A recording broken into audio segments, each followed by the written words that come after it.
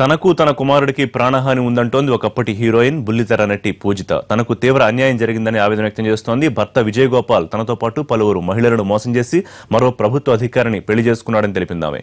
భర్త నిర్వాకంపై పోలీసులకు ఫిర్యాదు కూడా చేసింది. ఈ ఘటనపై మరిన్ని డీటెయిల్స్ మా కరెస్పాండెంట్ రాధాకృష్ణ లైవ్ లో అందిస్తారు. రాధాకృష్ణ,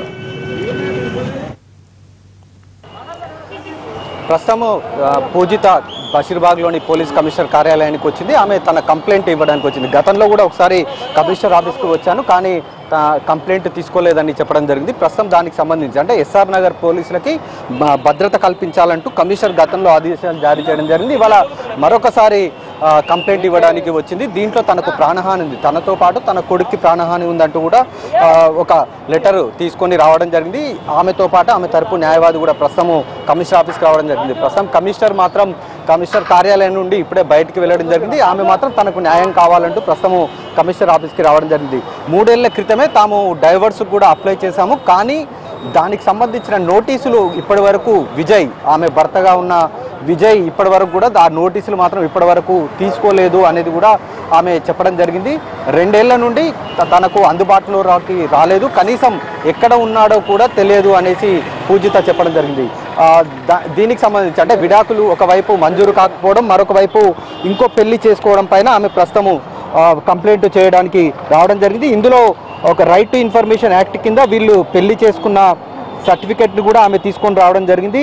దీంట్లో విజయ్ గోపాల్, ఆమె అలాగే ఐఏఎస్ ఆఫీసర్, శాప్ ఎండీగా పనిచేస్తున్న ఆఫీసర్ పెళ్లి చేసుకున్నట్లుగా ఉన్న దానికి సంబంధించిన రిజిస్ట్రేషన్ కాపీని కూడా ఆమె ప్రస్తుతం కమిషనర్కు అంటే తన కంప్లైంట్ కాపీలో ఇవ్వడానికి రావడం జరిగింది. దాంతోపాటుగా పెళ్లికి సంబంధించిన ఫోటోలు మనం కొన్ని చూడవచ్చు. పెళ్లికి సంబంధించిన ఫోటోలను కూడా ఆమె తీసుకొని రావడం జరిగింది. ప్రధానంగా ఈమె చెప్తున్న ఆరోపణ ఏంటంటే తనకు డైవర్స్ చేయకుండా అంటే విడాకులు ఇవ్వకుండా ఏ విధంగా విజయ్ మరొక పెళ్లి చేసుకుంటాడనేది ఆమె ప్రధానంగా ఆరోపిస్తుంది. అలాగే తన కేసు పెట్టకుండా తనను బెదిరింపులకు పాల్పడుతున్నారు కాబట్టి తనకు ప్రాణహాని ఉంది, తనతో పాటు తనకు కుమారుడు కూడా ఉన్నాడు కాబట్టి తనకు ప్రాణహాని ఉంది, రక్షణ కల్పించాలంటూ కూడా ప్రస్తుతం కమిషనర్ కార్యాలయానికి రావడం జరిగింది.